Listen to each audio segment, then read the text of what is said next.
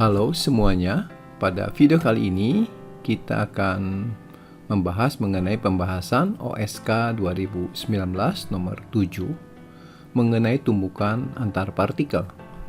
Mudah-mudahan video ini bisa membantu bagi yang mau mengikuti OSN atau sebagai pendalaman pada materi fisika.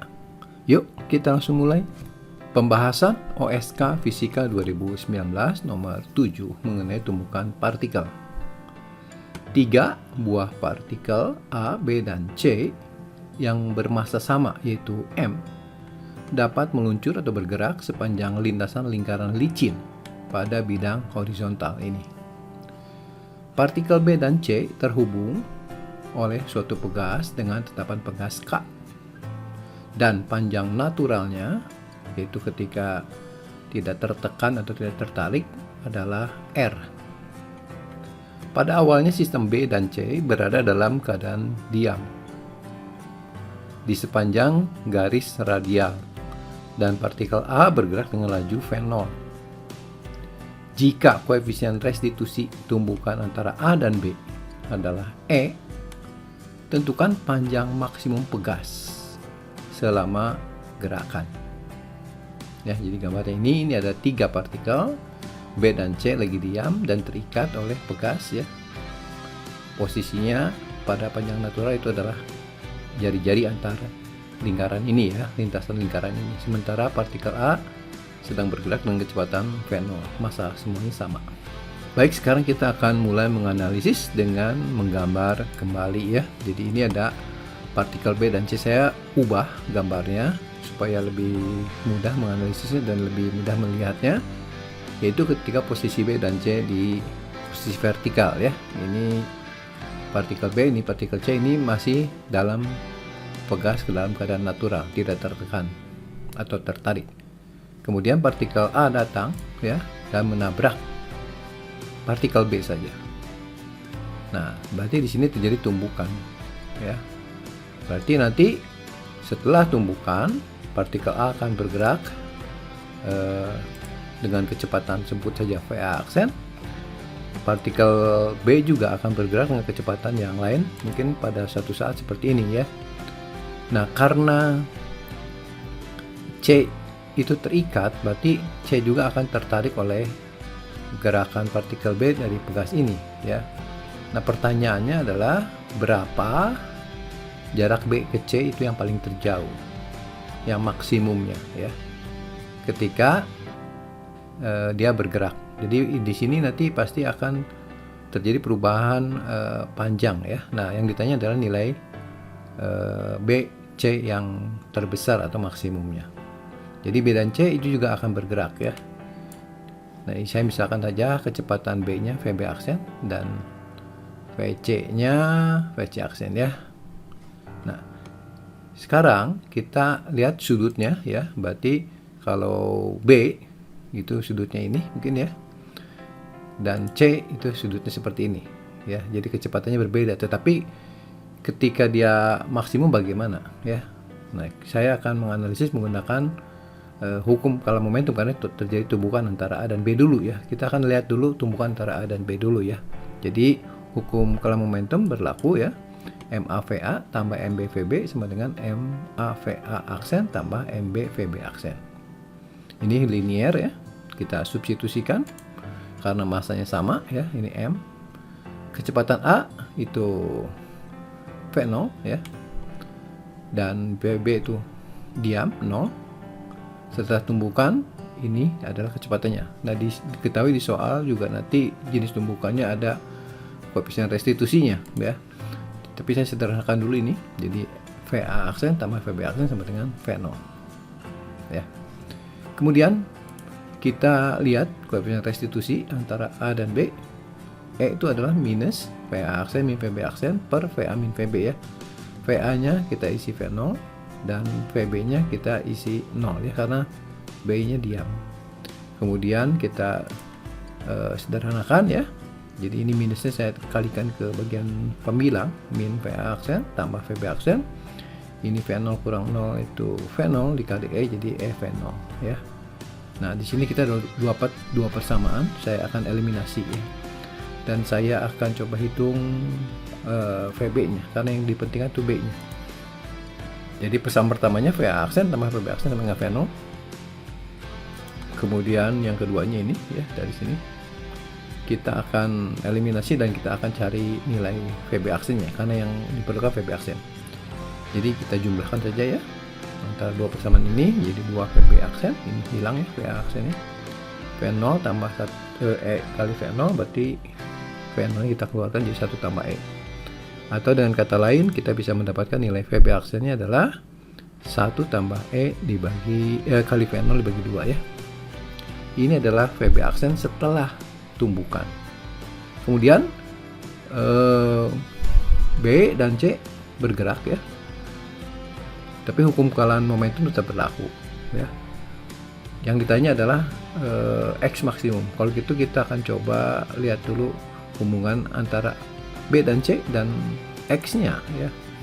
Ini adalah posisi partikel B ya, sudutnya ini theta C ya. Kemudian ini posisi partikel C di sini ya, sudutnya adalah theta C. Jadi ini selisihnya adalah theta B kurang theta C. Mungkin kita sebut theta saja ya. Jadi kalau kita cari korelasinya untuk mendapatkan nilai X, karena ini nilai X ini akan menentukan nanti, kita gunakan aturan cos ya. Jadi X kuadrat sama dengan R kuadrat tambah 2R kuadrat dikurang 2 kali R kali 2R kali cos theta ini ya. Nah, saya sederhanakan bentuknya menjadi X kuadrat sama dengan ini R kuadrat tambah 4R kuadrat jadi 5R kuadrat, ini min 2 kali R kali 2R min 4R kuadrat cos theta. Nah, ini kita dapat persamaan X-nya. Nah, di sini disebutkan bahwa nilai X itu maksimum yang dimintanya.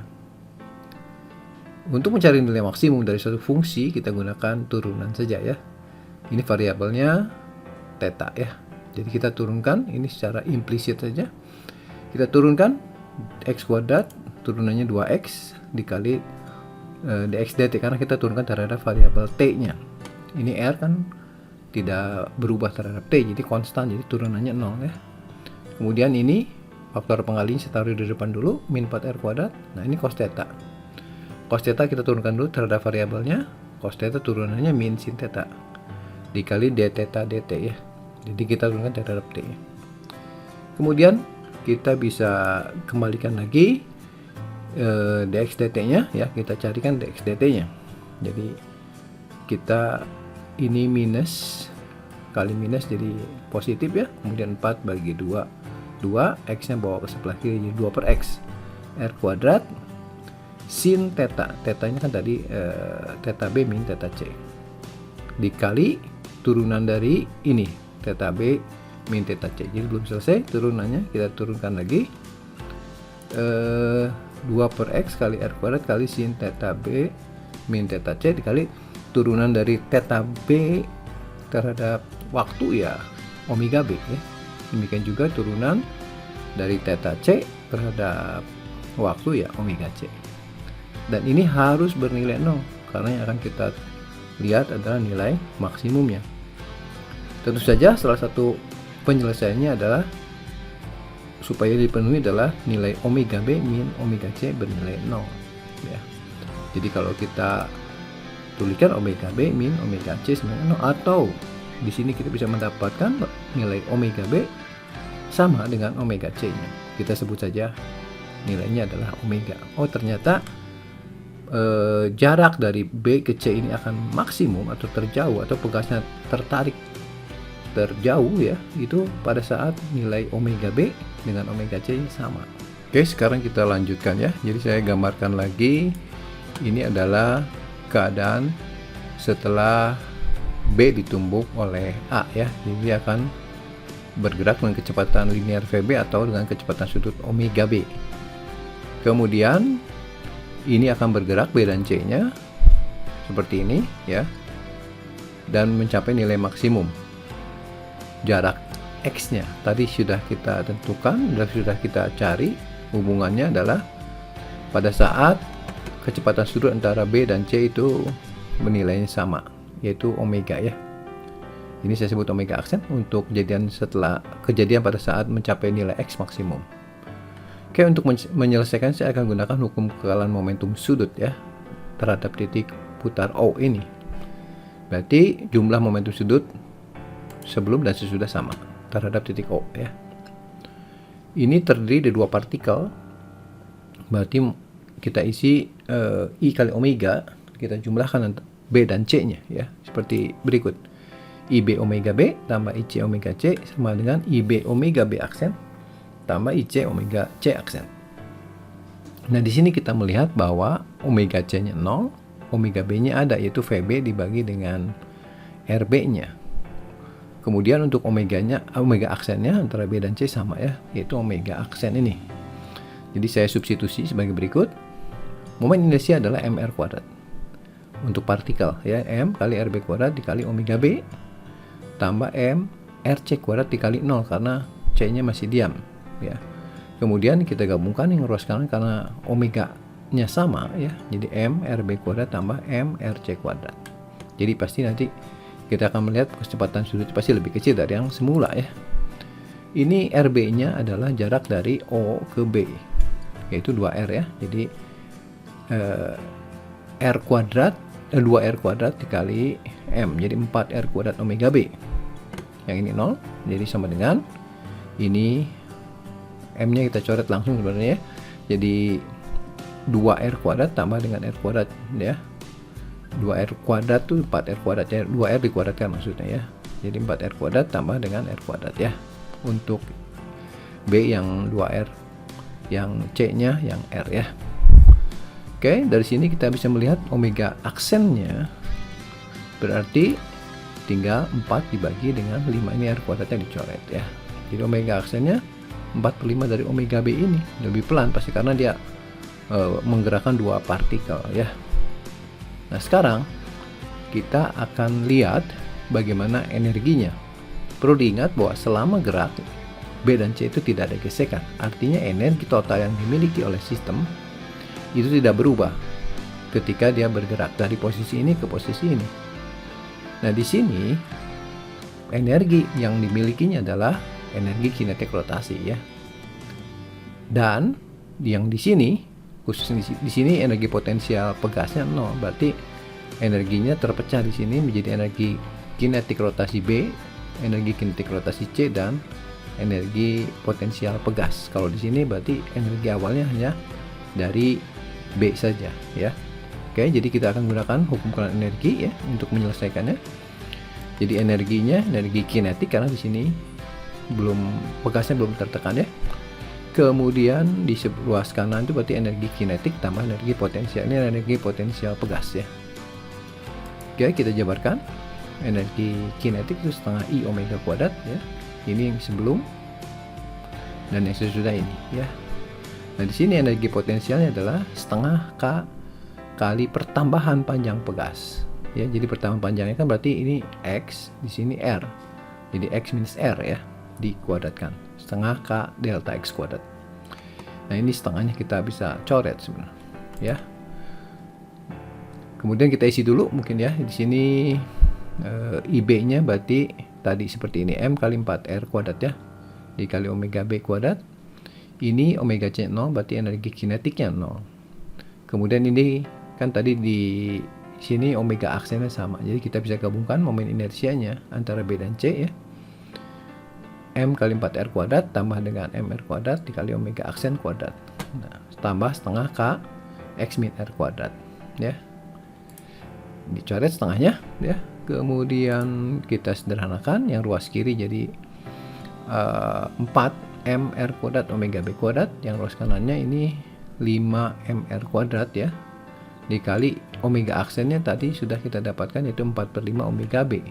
Jadi kita isi 4/5 omega B dikuadratkan ya, tambah dengan K X min R kuadrat. Nah, ini suku ini sama ya bentuknya ya. Ini 4 MR kuadrat omega B kuadrat, ini kan 16/25 kali 5 jadi 16/5, 3,2 ya. Bawa ke sebelah kiri jadi 4 kurangi 3,2 berarti 0,8 yaitu 4/5 ya. Sehingga bentuk ruas berikutnya menjadi 4/5 MR kuadrat omega B kuadrat ya. Yang ini di sebelah kanan pindah ke sebelah kiri ya. karena yang kita mau cari itu adalah nilai X-nya. Kita tarik akar langsung, jadi X min R sama dengan akar 4, 2, akar R kuadrat R, akar omega B kuadrat omega B, akar dari M dibagi dengan 5K.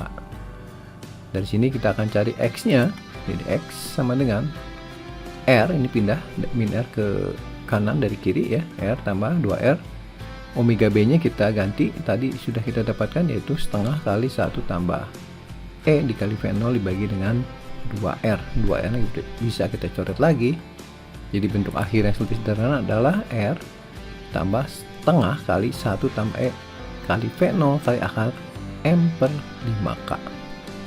Demikianlah pembahasan OSK Fisika 2019 nomor 7 mengenai tumbukan partikel. Nantikan video pembahasan selanjutnya mengenai seri OSN Fisika ini. Oh ya, jangan lupa untuk subscribe, share, komen, dan nyalakan notifikasinya ya, supaya tidak ketinggalan untuk video-video terbaru lainnya. Sampai di sini, sekian dan terima kasih.